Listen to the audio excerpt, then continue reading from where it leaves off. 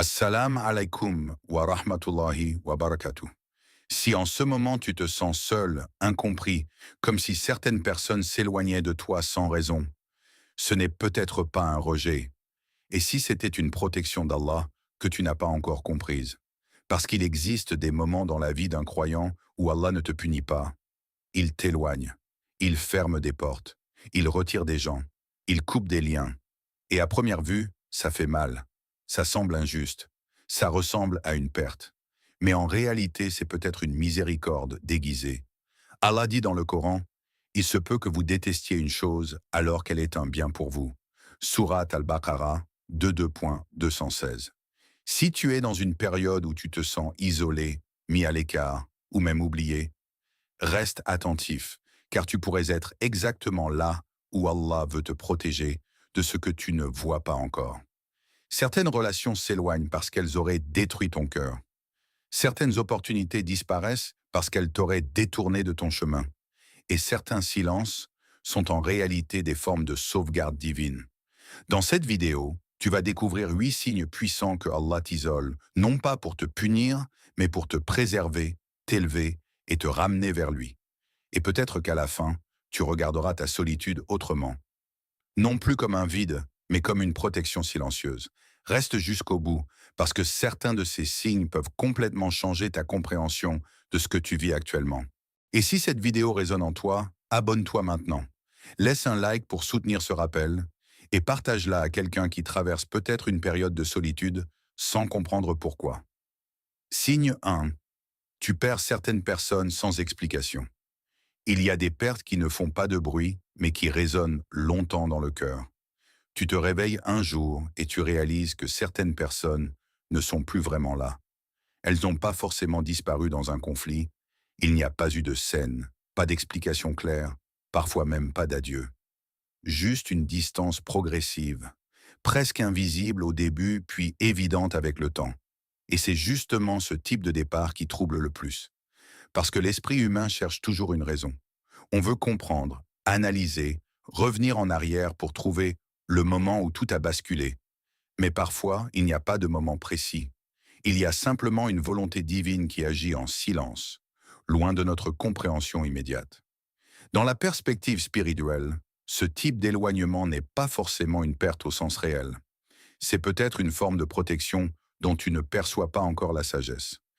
Allah ne retire pas toujours des gens de ta vie pour te punir, mais parfois pour préserver quelque chose de beaucoup plus précieux en toi, ta foi, ta stabilité intérieure, ton cœur. Parce que certaines relations, même si elles semblent inoffensives au départ, peuvent devenir lentement des influences qui te détournent de ce qui te rapproche d'Allah. Pas forcément de manière brutale, mais subtile. Une parole ici, une habitude là, une distraction qui s'installe doucement jusqu'à changer ton équilibre sans que tu t'en rendes compte. Et c'est souvent après la distance que la lucidité arrive. Tu repenses à certaines conversations, certains comportements, certaines ambiances, et tu comprends que tu étais peut-être en train de t'éloigner de toi-même sans le savoir. C'est là que cette parole prend un sens plus profond. Et il éloigne de vous le mal, là où vous ne l'attendez pas. Parce que ce qui semble être une coupure relationnelle peut en réalité être une protection invisible. Une intervention silencieuse dans ta vie pour t'empêcher de perdre quelque chose de bien plus grand que cette relation elle-même. Prenons un exemple simple. Une amitié que tu voulais garder à tout prix. Tu y tenais sincèrement, tu investissais du temps, des émotions, de la loyauté. Mais avec le recul, tu réalises que cette personne t'entraînait progressivement vers un état de négligence spirituelle, de distraction permanente, ou même d'instabilité intérieure.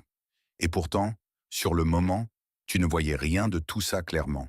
Ce n'est qu'après la distance que les pièces du puzzle commencent à s'assembler. Et c'est là que la question devient inévitable. Est-ce vraiment une perte ou une protection que tu n'avais pas encore compris? Signe 2. Tes projets échouent sans raison logique. Il y a une douleur particulière que beaucoup de croyants connaissent sans toujours savoir la nommer. Celle de faire tout correctement et de ne voir aucun résultat. Tu fais des efforts, tu te lèves tôt, tu planifies, tu pries, tu fais ta part. Et pourtant, les portes restent fermées. Les réponses n'arrivent pas. Les opportunités glissent entre tes doigts sans explication logique. Et ce qui rend l'épreuve encore plus lourde, c'est justement cette absence de logique apparente. Parce que quand il y a une erreur visible, on peut corriger. Quand il y a un obstacle clair, on peut contourner. Mais quand tout semble normal et que rien ne fonctionne, le cœur commence à se fatiguer. Il se demande: qu'est-ce que j'ai mal fait? Pourquoi ça bloque encore? Et pourtant, dans la perspective spirituelle, tout ce qui est bloqué n'est pas forcément refusé par hasard. Parfois, ce n'est pas ton effort qui est en cause, mais la sagesse d'un décret que tu ne vois pas encore. Allah peut fermer une porte non pas parce que tu n'es pas capable de la franchir, mais parce que ce qui se trouve derrière n'est pas aligné avec ce qui est bon pour ton cœur, ta foi ou ton avenir. Et c'est là que le verset prend toute sa profondeur. Peut-être que vous détestez une chose, alors qu'elle est un bien pour vous. Al-Baqarah 2.216. Ce verset ne parle pas seulement des épreuves évidentes, mais aussi des chemins qui semblaient prometteurs, des opportunités qui paraissaient parfaites sur le papier, des projets auxquels tu t'attaches émotionnellement, mais qui, pour une raison invisible, n'aboutissent jamais. Exemple concret, ce travail que tu pensais être une chance exceptionnelle. Tu as tout donné pour l'obtenir, tu t'es projeté, tu as imaginé ton avenir dedans. Refusé, sans explication claire. Ou cette relation qui semblait enfin stable, mais les choses ne progressent pas malgré les efforts des deux côtés. Ou encore ce projet que tu portes depuis longtemps, mais qui accumule les obstacles, les retards, les blocages imprévus. Sur le moment, c'est frustrant, presque incompréhensible. On a l'impression que la vie résiste. Mais parfois, des mois plus tard, la compréhension arrive avec une clarté brutale. Tu regardes en arrière et tu réalises que cette porte fermée t'a évité une pression mentale énorme, une fatigue émotionnelle profonde, ou même une perte de ta stabilité spirituelle. Ce qui semblait être un échec était peut-être une protection contre un chemin qui t'aurait épuisé, détourné ou affaibli intérieurement. Et pourtant, même en comprenant cela intellectuellement, une autre question reste suspendue dans le cœur. Pourquoi certains blocages ne disparaissent-ils pas avec le temps? Tu es toujours là? C'est que tu aimes bien la vidéo. Clique sur s'abonner et on continue ensemble. Signe 3. Tu ressens un vide intérieur malgré l'absence de péché apparent. Il existe un type de douleur silencieuse qui n'a rien à voir avec une faute évidente. Tu continues à prier, tu continues à faire tes efforts, tu n'as pas forcément laissé un péché visible derrière toi, et pourtant, à l'intérieur, quelque chose semble lourd, comme si ton cœur avançait avec un poids invisible. C'est déroutant parce que tu te dis: si je fais ce qu'il faut, pourquoi est-ce que je ressens ce vide? Et ce doute peut devenir encore plus intense que la douleur elle-même. On commence à questionner sa propre spiritualité, sa sincérité, même son lien avec Allah. Mais dans le cheminement d'un croyant, tout vide n'est pas forcément un éloignement. Parfois, c'est une phase de transition que tu ne comprends pas encore, un état où Allah ne t'a pas abandonné. Il t'a simplement retiré temporairement du bruit qui t'entoure. Parce que le monde extérieur est bruyant, pas seulement en son, mais en distraction, en influence, en émotions mélangées. Et parfois, pour que tu entendes ce qui est essentiel, il faut que certaines choses se taisent autour de toi. Ce vide intérieur peut être une forme de purification lente, une manière dont Allah t'éloigne du superflu pour te reconnecter à l'essentiel. Ce n'est pas toujours agréable, parce que l'être humain préfère le remplissage immédiat, les interactions, les validations, les occupations constantes. Mais quand tout cela diminue, tu te retrouves face à toi-même et face à ton cœur. Et c'est là que ce verset prend une dimension très personnelle. En vérité, c'est dans le rappel d'Allah que les cœurs trouvent la tranquillité. 13.28. Remarque bien, il ne dit pas que le cœur trouve la tranquillité dans le monde, ni dans les distractions, ni dans les accumulations extérieures. Il parle d'un retour intérieur, d'un recentrage. Exemple concret. Au début, tu peux ressentir une sorte de détachement du social, des conversations inutiles, des environnements trop bruyants. Tu ne comprends pas forcément ce qui se passe. Mais avec le temps, quelque chose change. Le silence devient moins vide, il devient plus clair, plus apaisant. Et petit à petit, ton cœur commence à se reconstruire différemment, sur des bases plus stables. Ce n'est pas une reconstruction rapide, c'est un processus discret, presque imperceptible au quotidien. mais réel. Et dans ce processus, une question commence à émerger doucement dans l'esprit. Et si ce vide n'était pas une absence, mais une préparation à une proximité plus profonde avec Allah? Signe 4. Tu n'es plus compris par ton entourage. Il y a une forme d'isolement qui ne ressemble pas à la solitude physique, mais qui touche quelque chose de plus profond. La compréhension. Tu es entouré, tu es présent, tu parles. Mais quelque chose a changé. Tes mots semblent ne plus atteindre les autres comme avant. Tes intentions sont mal interprétées. Tes réflexions sont simplifiées, parfois même jugées sans être vraiment comprises. Et ce qui est le plus déroutant, ce n'est pas seulement le désaccord, c'est cette sensation d'être décalé dans ton propre environnement. Tu expliques une idée, mais elle est réduite. Tu partages un ressenti, mais il est mal interprété. Et petit à petit, une distance invisible s'installe. Pas une distance de corps, mais une distance de perception. Dans le cheminement spirituel, cela peut être une étape très subtile, mais importante. Parce qu'Allah ne coupe pas seulement les liens visibles, parfois il modifie ton environnement relationnel en changeant ton niveau de compréhension avec ce qui t'entoure. Ce n'est pas toujours que les autres deviennent mauvais. C'est parfois que toi, tu n'es plus aligné avec ce qui t'occupait auparavant. Il y a des conversations qui autrefois semblaient normales, amusantes, naturelles, mais qui commencent soudain à te sembler vides, répétitives ou inutiles. Tu ne forces pas ce changement, il s'impose à toi, et tu te retrouves dans un entre-deux étrange, encore présent physiquement, mais déjà détaché intérieurement. Exemple concret, avant, certaines discussions sur les réseaux, les jugements rapides, les débats sans profondeur, ou même les distractions quotidiennes te semblaient anodins. Tu y participais sans trop réfléchir. Mais aujourd'hui, quand tu les entends, quelque chose en toi résiste. Tu ressens un recul naturel, presque instinctif. Et ce recul crée une tension intérieure, parce que ton entourage ne vit pas forcément la même évolution. Alors tu expliques moins, tu partages moins, ou parfois tu parles, mais tu sens que le message ne passe pas comme avant. C'est une forme d'isolement silencieux, pas imposé par les autres directement, mais orchestré progressivement dans ton expérience. Et dans ce décalage, une question commence à se poser, sans bruit.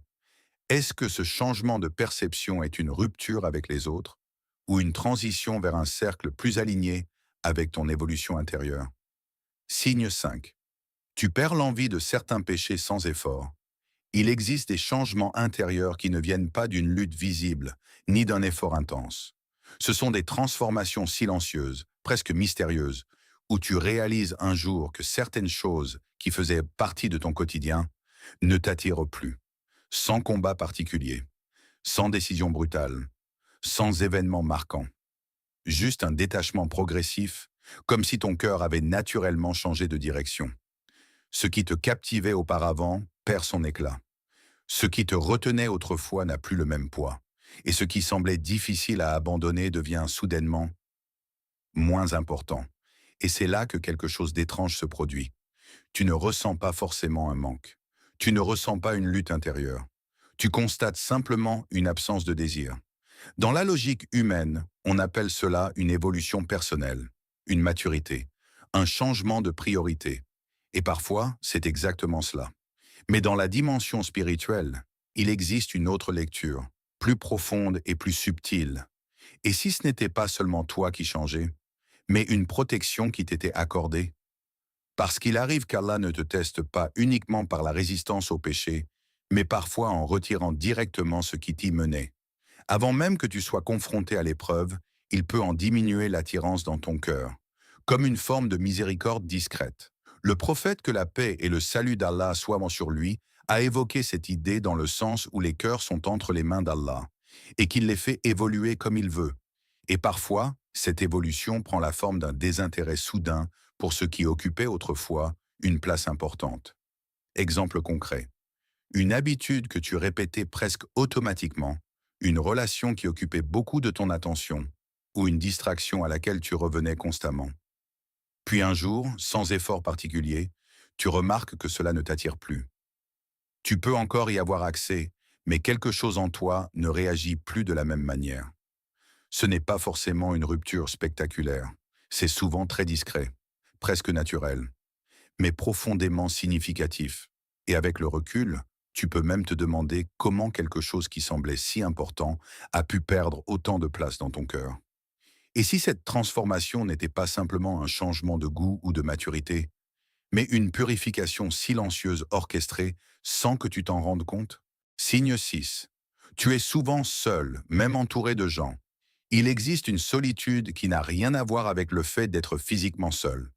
Tu peux être entouré de voix, de rires, de conversations, et pourtant ressentir un espace vide à l'intérieur, comme si ton cœur n'était plus totalement dans la pièce. C'est une sensation difficile à expliquer aux autres, parce que de l'extérieur, tout semble normal. On te voit présent, actif, parfois même souriant. Mais à l'intérieur, quelque chose ne s'aligne plus complètement avec ce qui t'entoure. Ce type de solitude n'est pas forcément un signe de rejet social. Il est plus subtil que cela. C'est une distance intérieure, une forme de retrait silencieux du cœur. Et dans le cheminement spirituel, ce ressenti peut apparaître à des moments précis où Allah commence à orienter ton attention autrement. Pas en t'isolant forcément du monde extérieur, mais en réduisant progressivement ton attachement intérieur à ce monde. Tu continues à interagir, à parler, à vivre les situations, mais ton cœur n'y trouve plus le même ancrage, comme s'il observait plus qu'il ne participait pleinement. Exemple concret. Tu es avec des amis, une famille, ou dans une ambiance sociale que tu connaissais bien.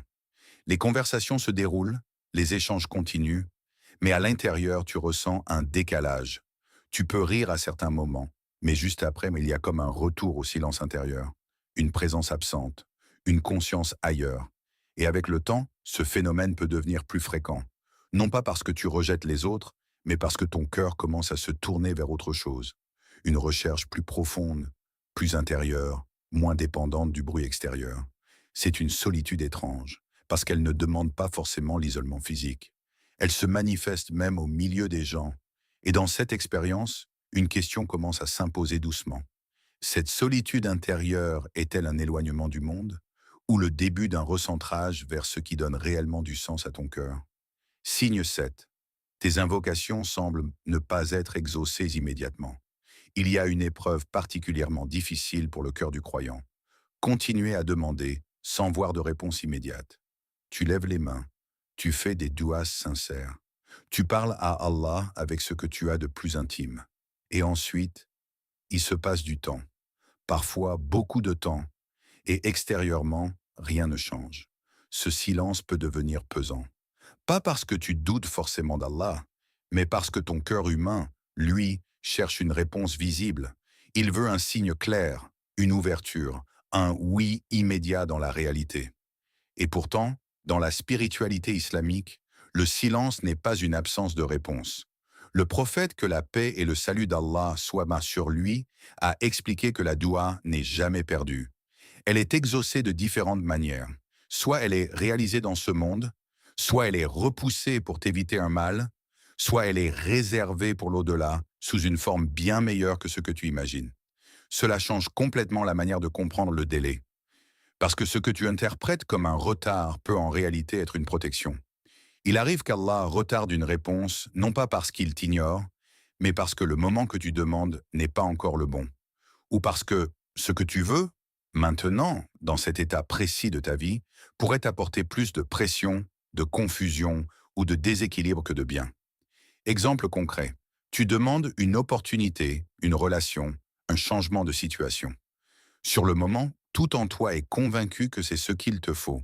Mais si cela arrivait immédiatement, avec ton état actuel, ton niveau de maturité émotionnelle ou spirituelle, cela pourrait te submerger, te détourner ou te fragiliser. Avec le recul, certaines personnes réalisent qu'un non ou un pas maintenant était en réalité une protection contre un mauvais timing. Et pourtant, sur le moment, ce silence est difficile à vivre, parce qu'il te met face à une tension intérieure. Continuer à demander sans voir ou commencer à douter. C'est là que la question devient centrale, presque inconfortable mais essentielle. Est-ce que ta confiance est liée à la rapidité de la réponse ou à ta certitude que le timing d'Allah est toujours plus juste que le tien? Signe 8. Tu ressens une transformation intérieure difficile à expliquer.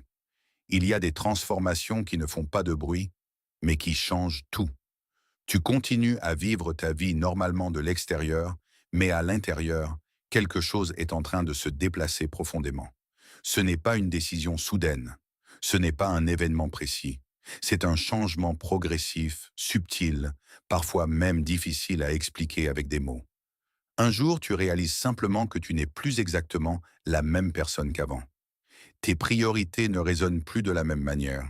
Ce qui te semblait essentiel perd de son importance. Et des choses que tu négligeais auparavant commencent à prendre plus de place dans ton esprit et dans ton cœur. C'est un basculement silencieux.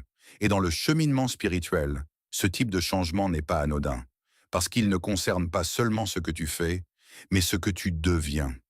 Allah ne travaille pas uniquement sur tes circonstances extérieures. Parfois, il agit directement sur ton identité intérieure. Il ne t'isole pas seulement de certaines personnes. Il t'isole aussi, progressivement, de ton ancienne version.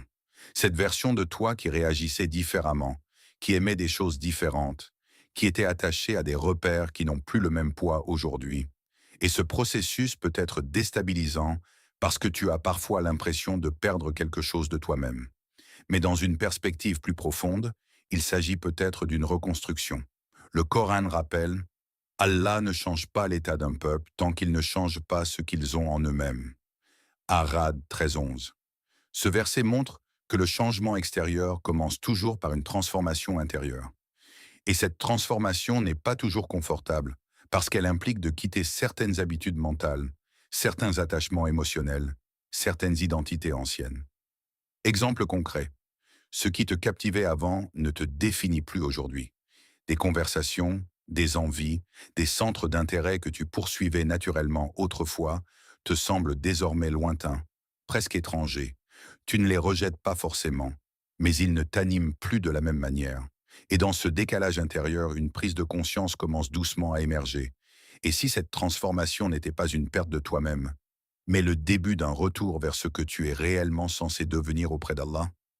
Si tu as reconnu ne serait-ce que quelques-uns de ces signes, alors ta solitude n'est peut-être pas un abandon.